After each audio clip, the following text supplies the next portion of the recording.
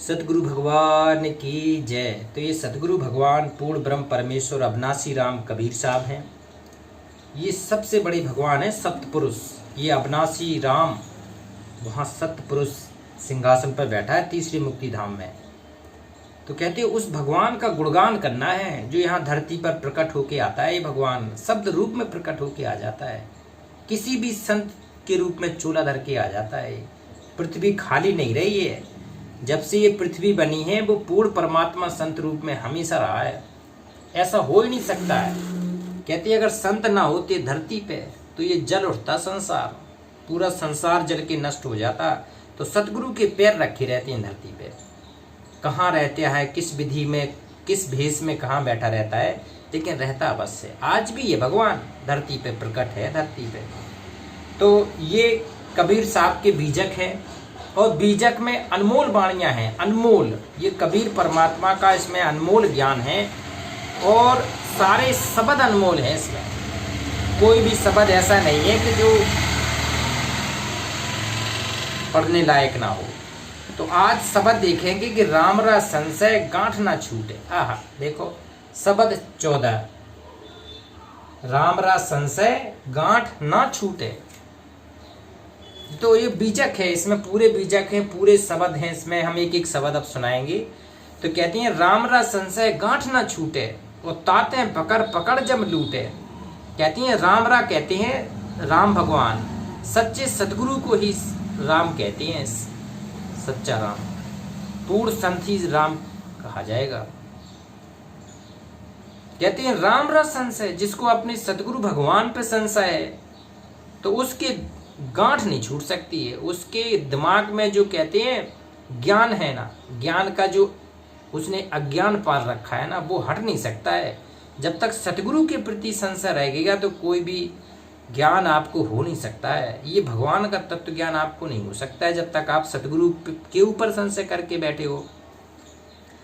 फिर कहते हैं ताते पकड़ पकड़ जम लूटे। आपको काल जम है ना, पकड़ पकड़ के लूट ले जाएगा, पूरी तरह से पकड़ पकड़ के आपकी सर्वस्व खत्म कर देगा। कहते हैं तन लूट लेगा, धन लूट लेगा, मन लूट लेगा, सब कुछ लूट लेगा और ढांचा बना के छोड़ देगा। एक दिन ये शरीर भी लूट लेगा, श्वासें तक तेरी लूट लेगा ये काल। कहते हैं होए कुलीन मुस्कीन कहावे और तो जोगी सन्यासी। अगर कुलीन है, कुलीन होता है उच्च कुल का। उच्च कुल कौन होता है? जो सदगुरु का भगत होता है, आचार विचार से चलता है, मांसाहारी मदहारी और दुराचारी ये चीज नहीं जिसके ऊपर होगा वो कहते हैं कुलीन होगा। वो कुलीन ऊंचे कुल का माना जाएगा। इसमें कोई भी हो, चाहे छोटा हो चाहे बड़ा हो, सारे कुलीन कोई भी जाति का हो, लेकिन श्रेष्ठ कर्म वाले श्रेष्ठ कहे जाएंगे। कहते ज्ञानी गुणी सूर कवि दाता, या मति किन्हु न नासी और सुमृति वेद प्राण पड़े सब, अनुभव भाव न तरसे।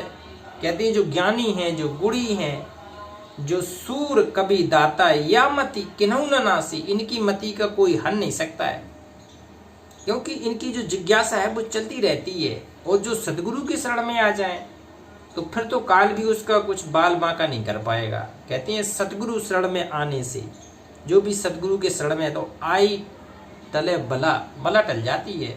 वो कहती हैं जो मस्तक में सूली भी अगर लगी हो ना तो कांटे में भी टल जाएगी वो। इतना समर्थ होता है भगवान सतगुरु।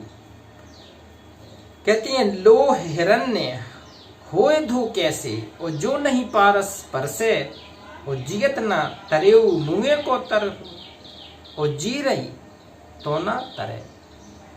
कहते हैं लोहा जिस हिसाब से सोना बनता है ना, वो पारस के संपर्क में आने से बनता है। ऐसे नहीं सोना बन जाता है। जब ये संपर्क में आएगा लोहा, अपने आप को समर्पण कर देगा, अपने आप को बिल्कुल समर्पण करके सटा देगा, लगा देगा, चिपका देगा, तभी ये बनेगा। अगर कोई समर्पण नहीं करेगा तो नहीं, सोना नहीं बनेगा।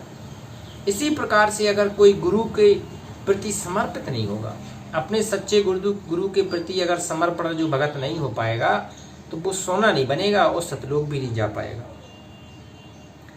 जिगत न तरेऊ मुँहे का तरह। आहा, जिए तो तुमने कुछ प्राप्त नहीं कर पाया, अब मरने के बाद तुम क्या कर पाओगे? मरने के बाद तो टोटल काल के जाल में आ जाओगे, फंद में। जियत ही जो ना तरे, ओ गही प्रतीत कीन जिन जासों, सोई तहां अमरे। बताओ, अगर अमर होना है, कबीर साहब कह रहे हैं अगर तुझे अमर होना है, अमर कहाँ होना है? अमर होने के लिए जरूरी है सच्ची साधना जो करेगा। कहते हैं कबीर साहब के जो आदर्शों पे चलेगा वो पार होगा, ऐसे कोई पार नहीं हो पाएगा। और जो कछु कियो ज्ञान अज्ञाना, और सोई समझ सयाना, कहें कबीर तासों का कहियो, जो देखत दृष्टि भुलाना।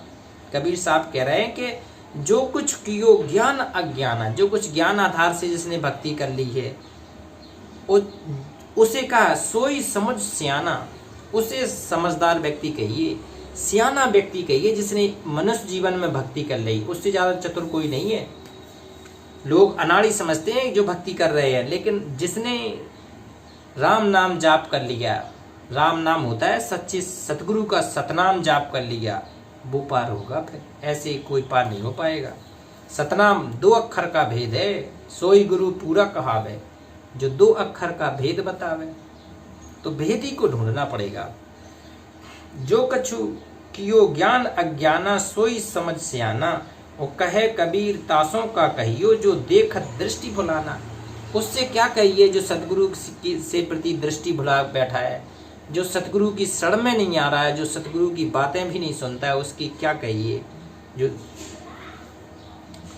कहती है राम राय चली बिना बन माहो, घर छोड़ो जात जुलाहा हो, और गज 9 गज 10 गज 19 की पुरिया एक तनाई हो, 7 सूत 9 गंड 72, और पाट लाग अदकाई हो, और तापट तुला तुले नहीं गजन अमाई, और पैसन शेर अड़ाई हो, तामे घटे बड़े रतियों नहीं, और करकच करे घरहाई हो,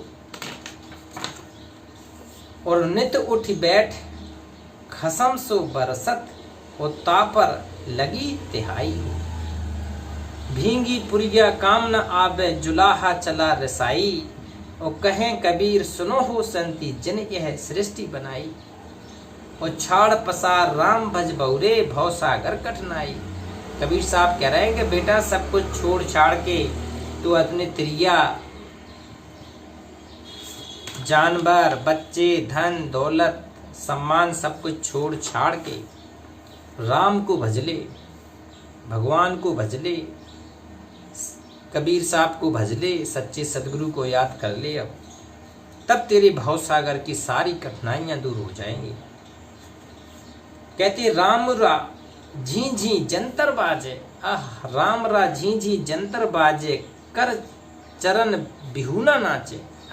जो कहते हैं अपने सदगुरु के बिल्कुल समर्पण होके, चरणों में पड़ा होके जो चरण में नाचने लगता है, सदगुरु समर्पित हो जाता है, उस भगत की बात कर रहे हैं कबीर साहब। और कर बिन बाजे सुने स्त्रबन, बिन स्त्रबन सरोता सोई, और पाट न सुबस सभा बिन अवसर, भूंजो मुनिजन लोई, इंद्री बिनु भोग स्वाद जिभ्या बिनु, अक्षय पिंड बिहुना, और जागत चोर मंदर तहा मुँह से, खसम अछत घर सूना, बीज बिना अंकुर पेड़ बिन तरवर, और बिन फूले फल फरिया, और बांझ की कोख पुत्र अवतरिया, बिन पग तरवर चढ़िया। देखो कबीर साहब की सदोकड़ी भाषा है। और मसी बिन द्वात, और कलम बिन कागज, बिन अक्षर सुधि होई, और सुधि बिन सहज ज्ञान बिन ज्ञाता, कहे कबीर जन सोई। तो कबीर साहब कहते हैं कि राम का झीझी जंतर मतलब राम के प्रति समर्पण। यहाँ राम कबीर साहब का राम है, ये सत्यपुरुष भगवान है, ये सत्यपुरुष अविनाशी भगवान है, इससे बड़ा कोई भगवान नहीं है। तो कबीर साहब कहते हैं कि जो अवतरित होके आता है, प्रकट होके जो सदगुरु आता है ना, वो सत्यपुरुष भगवान ही हो सकता है। वो कबीर पर ऊपर तृतीय मंडल में बैठा है भगवान, वो कबीर साहब भी सतपुरुष का रूप धर के, सतगुरु का रूप धर के आते हैं। तो ये शब्द स्वरूपी भगवान आज कबीर साहब प्रकट हैं। और ये बीजक में जो शब्द हैं ये अनमोल शब्द हैं, इनसे बड़ा कुछ नहीं है। अगर जिसे पार होना है तो ये बीजक के शब्दों को उतारना पड़ेगा अपने हृदय में, तभी पार हो पाओगे। तो एक बार इस पूर्ण ब्रह्म परमेश्वर अविनाशी राम कबीर साहब का जयकारा लगाते हैं। जो आज प्रकट है भगवान, उस कबीर साहब का, सत कबीर भगवान बंदी छोड़ पूर्ण ब्रह्म परमेश्वर कबीर साहेब की जय।